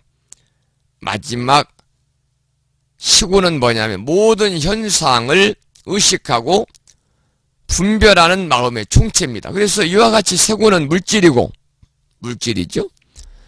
그 다음에 수상행식온, 수온, 상온, 행온, 식온은 대개 마음의 작용을 말합니다. 그래서 오온이라는 것은 물질계와 정신세계를 통틀어 말하는 것입니다. 우리들은 우리 육체에서 오온을 보면서 이것이 자신의 전부인 양 우리가 알고 있습니다만, 그러나 지혜의 눈으로 보면은 실제로 없는 것이다. 그래서 부처님이, 그러므로 부처님과 같이 지혜의 눈이 열린 사람은요, 오온에 걸림이 없이 자제하다. 그래서 오온으로 인해서 받게 되는 온갖 고난과 장애에서 벗어나게 된다. 그래서 오온에 집착하여 살고 있는 생활이 모두가 미망임을 깨달아야 된다. 이렇게 불교에서는 이야기를 하고 있습니다. 그래서 오온 개공도 있잖아요. 오온은 모두 공하다. 오온은 색수상 행식 온이고, 색이란 나를 기준으로 내 몸을 말하고, 수라는 것은 외부에서 눈, 귀, 코, 혀, 의식, 안입이, 설시, 느, 육근으로 들어오는 정보를 느끼는 거예요. 상은 들어온 정보가 저장되었다가 드러나는 것이고, 행은 행동, 의지작용이고, 식은 수상행식 등이 저장되어 있는 정보 창고입니다. 다시 말하면 식은 업식입니다. 업식. 그래서 이 업식이 이제 옳고 그러다, 좋고 나쁘다는 분별심을 이렇게 일으키는 주체가 되기도 합니다. 자, 오온에 관해 잠깐 말씀을 이제 드렸습니다. 그래서 이 개송을 말씀하셨다는 가섭불이 나오잖아. 이 개송은 가섭불이 말씀하셨다고 그랬어요. 불어나사대 차개는 시 가섭불설이니라. 부처님께서 말씀하시되 차개는, 이 개송은 바로 가섭부처님이 설하신 것이다. 가섭부처님, 가섭불은요, 과거 7불 가운데에 일곱 번째가 석가모니 부처님이시고 여섯 번째가 가서 부처님이십니다. 가서 부처. 그래서 우리가 이제 과거 칠부를 이야기할 때 떠오르는 말은 불교를 단적으로 이야기하는 제약막작하고 중선 봉행하라 이 말이 나오잖아요. 그래서 이 말은 과거 칠불, 과거 일곱 부처님의 공통된 그러한 가르침이다 이렇게 나옵니다마는 바로 이제 과거 칠불은 석가모니 부처님이 이전에 이 세상에 나타났다고 하는 그러한 일곱 분의 부처님을 이야기합니다. 일곱 분의 부처님을 이야기합니다. 이 과거 칠불은 그 부처님이 이렇게 세상에 나시어서 교화하는데 시기적인 그러한 차례가 각각 다르죠. 일곱 부처님을 말씀을 드리면은 비바시불이니 시기불, 비사부불, 또 구려손불, 구나모니불, 가섭불,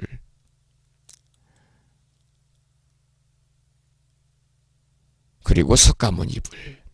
네. 이렇게 이제 석가모니불 이전에 이 세상에 태어났다고 하는 일곱 분의 부처님인데 가섭 부처님은 그 중에 석가모니 부처님 직전에 나타났다고 하는 여섯 번째 부처님을 이야기한다 이렇게 말씀을 드리고 싶습니다. 자, 그러면은 124쪽을 보겠습니다. 근심의 뿌리를 한번 보죠. 근심의 뿌리. 부처님께서 말씀하셨습니다. 사람은 애욕으로부터 근심이 생기고 근심으로부터 두려움이 생긴다. 만약 애욕에서 떠날 수 있으면 무엇을 근심하고 두려워할 것인가? 사람은 애욕으로부터 근심이 생기고 애욕으로부터 두려움이 생긴다. 애욕이라는 것은 어떤 대상에 대한 애착과 사물에 대한 각별한 그러한 욕심을 우리가 애욕이라고 그러잖아요. 그래서 만약에 우리가 애욕에서 떠날 수만 있다면은 무엇을 근심하고 무엇을 두려워할 것인가? 라는 그러한 32장의 말씀. 그러니까 근심의 뿌리라는 것은 바로 뭐냐면 애욕이다 그 말입니다. 근심과 두려움은 애욕으로부터 생긴다는 것을 밝힌 내용이 바로 이 부분입니다. 그럼 원문을 한번 보겠습니다. 불언하사대 인종 애욕하여 생우하고 그랬습니다. 인종 애욕하여 생우하고. 이 말은 뭐냐면 여기서 애욕 그러면 애는 탐해입니다. 탐해고 욕은 뭐냐면 탐욕입니다. 그래서 애욕은 탐해와 탐욕을 얘기합니다. 부처님께서 말씀하시되 인종 사람은 이 쫓을 종자니까요. 뭘 쫓아서 두려움이 생기느냐? 걱정할 우자니까요. 걱정이 생기느냐? 바로 사람은 탐해와 탐욕을 쫓아서 걱정이 생기고. 그러니까 사람은 애욕을 쫓아서 근심이 생기고 그 말입니다. 근심 우자니 근심이 생기고. 종우 생포하나니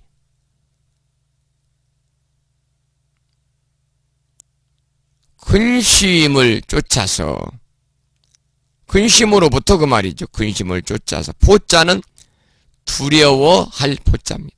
근심을 쫓아서 걱정을 쫓아서 두려움이 생기나니 양리어에 하면은 만약에 떠날 리자잖아요. 뭐에서 떠나면 애욕에서 떠나면 만약에 애욕을 버린다면 그 말이죠. 애욕에서 떠난다면은 하우 하포 그랬습니다. 무엇을 걱정하고 무엇을 두려워하겠는가? 이 장에서는 근심과 두려움의 뿌리가 다른 곳에 있는 것이 아니라 애욕에 있다는 것을 밝혀가지고 애욕으로부터 떠나도록 가르치고 계시는 겁니다. 이건 제가 볼자나 줄가 볼자 막론하고 다 우리가 마음에 담고 생활하는데 도움이 될 수 있도록 우리가 잘 익혀야 됩니다. 이 장에서는 근심과 두려움의 뿌리가 애욕, 바로 탐애와 탐욕에 있다. 탐애와 탐욕에 있다고 하는 것을 밝혀가지고 탐애와 탐욕으로부터 떠나도록 가르치는 내용입니다. 모든 근심은 애욕으로부터 생긴다. 사물에 집착하면 그것에 대한 욕심이 생기고 점차 그것을 탐하게 되는 것이 인간의 본성이다. 그렇잖아요. 우리가 애욕은 어떤 대상에 대해서 애착과 끊임없는 사물에 대한 욕심이니까요. 어떤 사물에 우리가 피를 딱 꽂혀버리면은 그것에 대한 애욕심이 생기는 거죠. 그러면 점차 그것을 탐하게 되거든요. 여기서 애욕이라고 하는 것은 남녀 간의 정욕, 즉 색욕만을 지칭한 것이 아니라 모든 사물에 대해서 이것은 좋다, 사랑스럽다, 마음에 든다, 꼭 가지고 싶다 등 어떤 사물의 욕심을 가지고 집착하는 마음을 애욕이라고 합니다. 어떤 사물에 대해서 욕심을 가지고 집착하는 마음.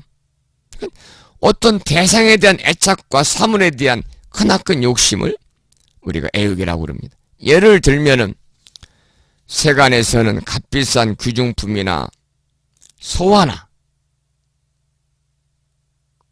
또는 골동품 따위를 내 것으로 하겠다든가 희귀하고 가치가 있는 것을 기어코 가져보겠다고 하는 욕심을 내어서 그것을 이루기 위해서 터무니없는 짓을 자행하는가 하면 호심하는 마음인 것이다. 또한 그것을 수중에 넣었다면 그때부터는 남에게 빼앗기지는 않을까? 또 누가 훔쳐가지는 않을까 하는 근심, 걱정과 함께 두려운 마음도 생긴다. 그 때문에 치졸한 인간성을 보이게 되고 그 때문에 의리와 인정을 저버리는 경우도 생긴다. 소화나 골동품 같은 것은 그것 자체가 가치가 있는 것일 뿐 꼭 소유해야 할 것이 아닌데도 이러하니 생활에 절대적으로 필요한 의식주에 있어서야 더 말할 나위가 없다 하겠다. 특히 끊을 수 없는 남녀 관계에 있어서 생기는 근심과 번뇌는 끊을 수 없는 남녀 관계에 있어 생기는 근심과 번뇌는 많은 고통을 안겨준다. 현세에서만이 아니고 미래 영겁토록 우화의 종자가 되는 것도, 우화라는 것은 근심 우자, 재앙, 화자 그래서 근심과 재앙입니다. 현세에서만이 아니고 미래 영겁토록 우화, 근심과 재앙의 종자가 되는 것도 모두 다 이 애욕으로부터 생겨난다. 그러므로 근심, 걱정과 고통의 근본이 되는 애욕을 단절한다면은, 끊어버린다면은 근심과 걱정과 고통의 근본이 되는 그 뿌리, 애욕을 딱 단절하면은, 끊어버리면 아무것도 두려워할 것이 없는 큰 안락의 경계에 도달하게 되니까 부디 애욕으로부터 떠나라고 부처님께서는 힘주어 강조의 말씀을 하셨다 그 말이죠. 자, 오늘 여기까지 이제 공부를 했고요. 문자 메시지를 주신 분들이 계시네요. 충청남도 보령시의 반야월 법우님이 조금 늦게 9시가 넘어 출석하셨습니다. 늦으셨으니까 강의 마치고 오늘 강의를 다시 홈페이지에 올려놓으면은, 홈페이지가 아니고 이제 무장불교 카페에 올려놓으면, 카페에 올려놓은 강의 다시 듣기는 스마트폰으로도 재생이 돼서 들을 수가 있으니까요. 그렇게 하시면 좋겠고, 대구 광역시에 살고 계시는 광명화 법부님께서도 이제 일 마치고 출석했습니다. 못 들은 부분은 제 강의 듣겠다는데요. 정말 이 광명화 법부님과 반야월 법부님은 정말 오랜만에, 정말 오랜만에 이 강의 시간에 만나 뵙습니다. 반갑습니다. 제주특별자치도 제주시의 진각 거사님께서 이렇게 또 제 강의를 듣겠다는 말씀을 주셨고, 전라북도 군산시에 살고 계시는 덕광 거사님은 직장에서 지금 스마트폰을 통해서 강의를 듣고 계신다고 말씀을 주셨습니다. 충청남도 보령시에 살고 계시는 금당화 법우님께서는 지금 학원 수업 끝나고 집에 걸어가면서 스마트폰으로 스님의 강의를 듣고 있습니다. 그러셨네요. 금당화 법우님 대단하십니다. 그리고 서울에 살고 계시는 안덕신 법우님께서도 지금 늦게 이렇게 출석을 하셨고, 또 많은 분들이 교재와 그리고 광명진원 사경집을 함께 받았다고 하는 문자를 주셨습니다만, 이번에는 분실되는 분이 없을 겁니다. 전부 다 비용이 많이 들어가도 우체국 택배를 통해서 보내드리기 때문에요. 바로 가고 분실이 되지 않고 다 수령할 수 있다. 그런 말씀을 드리겠습니다. 이렇게 휴대폰을 통해서 늦게 출석을 확인해 주시고 또 글을 올려주신 우리 법우님들 소개를 드렸고요. 그리고 무창불교대학 카페를 통해서도 조금 늦게 이렇게 출석을 확인해 주신 분이 계신 것 같습니다. 한 분 계시네요. 서울에 사시는 도심거사님께서 8시 13분에 접속하셨습니다. 서울에서 도심거사님 출석하셨네요. 반가운 인사드리겠습니다. 8시 50분입니다. 한 가지 말씀을 좀 드리겠습니다. 문자 메시지를 통해서 충청남도 서천군에 살고 계시는 성덕심 법우님께서 이런 말씀을 주셨습니다. 공사 다망하신 중에도 조의를 베풀어 주신 덕택으로 시어머님의 장례 절차를 무사히 마쳤음에 법우님들에게 진심으로 감사드립니다. 찾아뵙고 인사를 드리는 것이 옳겠지만은 문자로 대신함을 양해해 주시길 바랍니다. 귀댁의 대소사 때도 꼭 연락을 주시기 바라며 하는 일마다 행운이 가득하시기를 불보살님 전에 두손 모아 기도드립니다. 조문으로 오신 법우님들 중에서 전화번호를 모르는 분들이 계셔서 스님께 문자 보내드렸으니 전해주시면 고맙겠습니다. 무창불교대학 카페에는 늦게라도 인사 말씀을 올리겠습니다. 그렇게 말씀하셨네. 이 카페에 알려드리는 그 공지 말씀에 제가 올려놨습니다만은 우리 도반의 그러한 어머님의 사항을 당하셔서 충남 서천군에 살고 계시고 무창불교 도반 이 성덕신법부님의 시모이신 이순점 노보살님께서 향년 82세를 일기로 지난 토요일 정오에 사바세기 가민토와의 인연의 끈을 놓으시고 생을 마감하셨습니다. 그래서 무창불교대학 학생회에서는 영가님의 극락왕생을 발언하는 우리 도반님들의 정성어린 마음을 담아서 빈소에 장례식장에 3단 조화를 꽃공양 올렸습니다. 예, 여러분들이 이 납부하시는 한 학기에 5만원씩의 학생회비는 바로 이렇게 여러분이 지금 받으시는 것처럼 교재를 구입하고 교재를 보내드리는 택배비라든지 이렇게 이제 우리가 공부하는 쪽에 사용을 하고요. 그리고 이처럼 우리 법부님들의 가정에 애경사가 있을 때 이렇게 마음을 전달하는데 유용하게 사용을 하고 있습니다.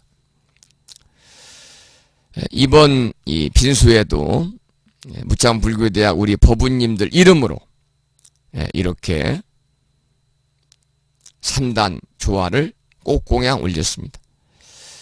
사랑하는 시모, 시어머님을 여의시고 슬픔에 잠겨 계신 성덕심 법부님을 비롯한 유족들에게 상가 우리 무창불교대학 도반님들의 그런 마음을 유리의 말씀을 통해 전하고 또 여러분들께서도 이 영가님의 극락왕생을 마음으로 기도해 주실 것을 부탁을 드리겠습니다.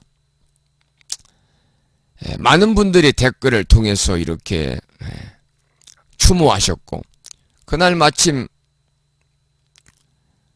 일요일 날이라서 1호 법회 끝나고 오프라인만 불교 수업을 하고 10명이 저를 포함해서 10명이 서천 장례식장에 가서 조문을 하고 왔습니다. 함께 동행해 주신 많은 우리 도반님들께도 이 시간을 빌려서 감사의 말씀을 드립니다. 우리가 경사는 참석하지 않아도 애사는 꼭 참석하는 것이 좋잖아요. 슬픔은 나누면 반으로 줄어든다고 기쁨은 또 함께 나누면 2배로 드러난다고 그러니까요. 특히 애사 때 이렇게 찾아뵙는 것은 참 좋은 일이 아닌가 그런 생각을 합니다. 자, 그 다음에 또 지금 오늘 출석을 이렇게 통보하신 법부님들을 보니까요. 전라북도 김제시에 살고 계시는 보불신 법부님, 오늘 보불신 법부님이 날씨도 무더운데 멀리서 초하루 법회와 그리고 우람분절 49일 영가 천도 기도 중에서 오제를 모시는데 동참을 하셨습니다. 그래서 오늘이 특별히 이 법부님한테는 61번째 생신이고 61번째 생신은 이제 갑이 돌아왔다 그래서 우리가 회갑이다 그러잖아요. 예전에는 회갑이 되면은 참 이제 노인층에 들었습니다만 지금은 65세가 돼도 한 70은 돼야 노인이라고 그러니까요. 어쨌든 회갑을 맞으신 보불신 법부님 다시 한번 생신을 축하드리고 오늘은 강의를 안 들으시는 것 같습니다만은 경기도 성남시에 살고 계시는 무창부대가 도반이신 수정신 법부님께서 오늘 진갑이십니다. 한 분은 회갑이고 한 분은 진갑이고 61번째, 62번째 생일을 이렇게 맞으신 분들이 계셔서 아침 방송을 통해서는 생신 축하의 그러한 노래와 메시지를 전달해 드렸습니다. 다시 한번 축하드리겠습니다. 그러면 9시 55분이니까요. 여기서 이제 노래 한 곡 듣고 오늘 강의 마치겠습니다. 자, 그러면 오늘 이 우람분절 오제를 봉행하는데 25분 정도 장엄연불 하며 기도했습니다. 마지막에 장엄연불. 저와 이제 거사님 2분이 오셔서 이제 남성들은 저를 포함해서 장엄연불을 우리말로 이렇게 했고 우바이 여성불자 보살님들은 나무아미 타불로 화답하면서 이 불신자 영단에 모셔져 있는 우리 법부님들의 선망 부모 일가 친척 권속 태중낙태 영가를 비롯한 모든 인연 영가와 더불어 유주무주 고운의 극락왕성을 발원하는 그러한 기도를 오늘 여법하게 다들 마음을 모아서 정성껏 했습니다. 정성껏. 우리 법우님들 이제 부심사뿐만이 아니라 제적사찰과 인연사찰의 법당에 우리 법우님들의 선망 부모, 일가, 친척, 권속과 태중낙지 영가를 비롯한 모든 인연 영가들의 극락왕생을 발언하는 유표를 봉안하셨겠습니다만, 더 나아가서 무주 고원들의 극락왕생까지도 간절히 소망을 하면서 노래 한 곡을 들어보겠습니다. 광명진원이란 노래 한번 들어보죠. 우리 법우님들에게 대덕수 법우님이 법공양 올리셔서 보내드렸습니다만, 그 광명진원 사경보는요, 사경보는 2학기 때 수업할 그러한 교재가 아닙니다. 이 우란문절을 앞두고 보내드렸기 때문에요, 그 사경보는 얼마 되지 않습니다. 양이 많지 않기 때문에 우리 법우님들께서 사경을 정성껏 하셔가지고, 정성껏 하셔서 우란문절 휴양법회 때 부심사에 오시는 법우님들은 가지고 오셔가지고 법공양 올리시기 바랍니다. 그리고 여러가지 사정으로 인해서 부심사에서 봉행하는 우란문절일에 휴양법회 합동 천도지에 동참하지 못하는 분들은 그 전에 우편물을 통해서 보내시든지, 또는 불심사 오시는 분이 있으면 인편에 보내셔가지고 될 수 있으면 우란문절 때 모두 다 휴양할 수 있도록 이렇게 마음을 모아주시기를 부탁을 드리겠습니다. 제가 이제 편지에는 5학기를 마무리하면서 불교대학에 내드리는 과제물을 생각하시고 그랬는데, 여러분이 과제물을 생각하면은요, 괜히 부담스럽습니다. 과제물이라 생각하지 말고 나의 수행이다. 우란문절을 맞아서 선망 부모 조상님들에게는, 일가 친척들에게는 효도의 마음으로 내가 사경해야 되겠다.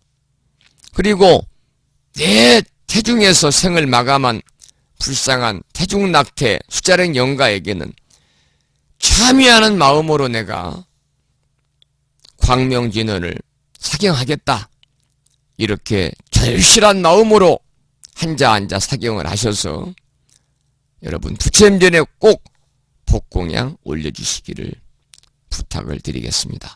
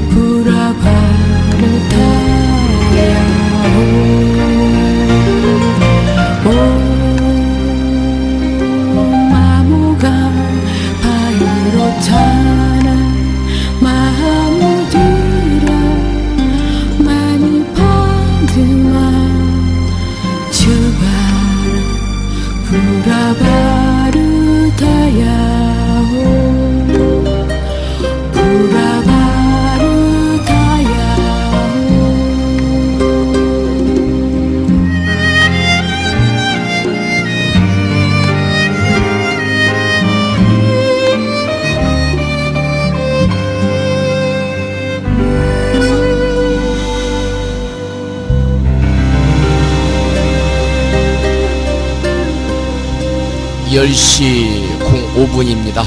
자, 오늘 수업 마치겠습니다. 여러분들 모시고 계시는 불자보배지 108쪽을 펴시고요. 제목을 빼고 438자로 구성된 표준 한글 반야신경을 함께 봉독하겠습니다.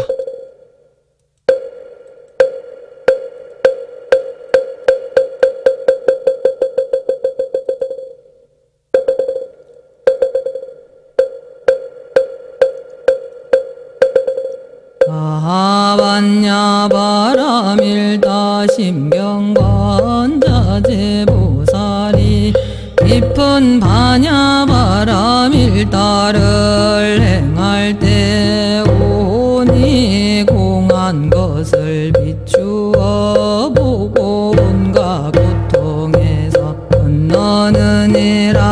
사리자여 색이공과 다르지 않고 공의 색과 다르지 않으며 색이 곧 공이요 공이 곧 색이니 수상행식도 그러하니라.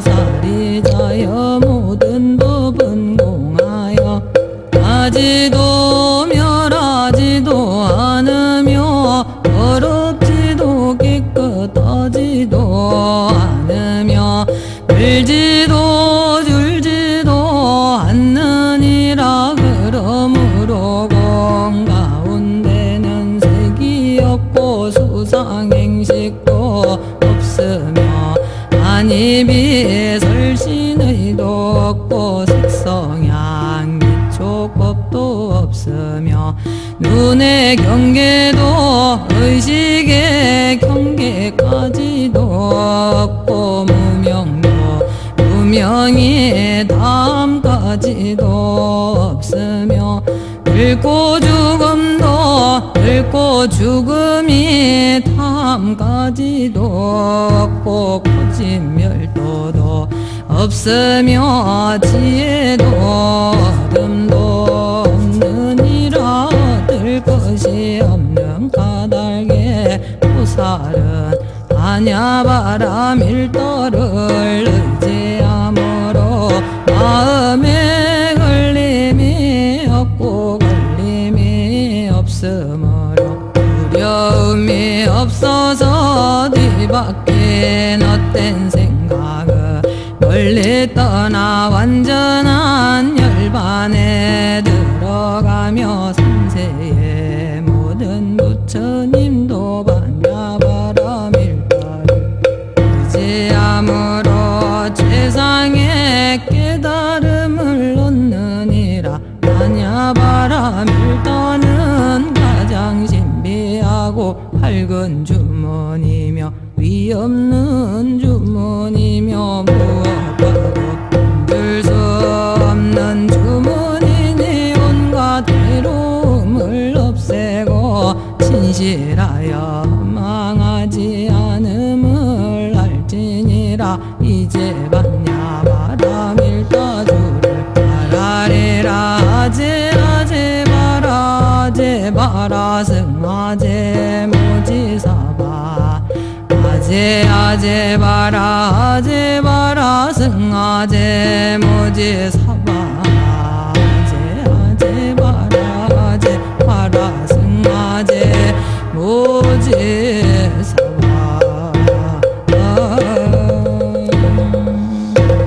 다음에는 불자보배집 599쪽을 펴시고요. 보살의 4가지 총원이죠. 사홍서원을 모시겠습니다.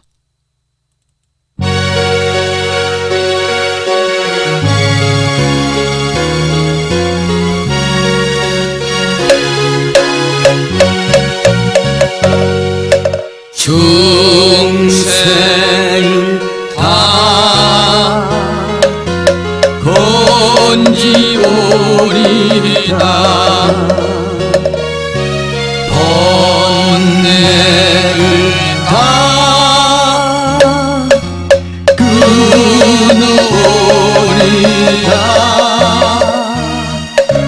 법문을 다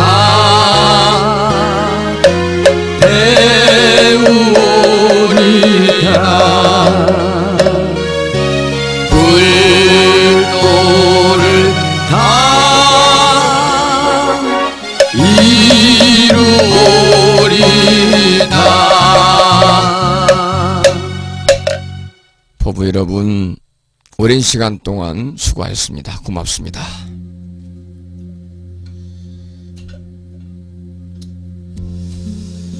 오늘 8월 들어 맞는 첫 번째 수요일입니다. 오늘은 또 음력으로 7월 추하루 법회일이었고요. 불심사에서는 우람분절 49일 연가천도 기도 5번째 기도일이죠. 오제를 봉행을 했습니다.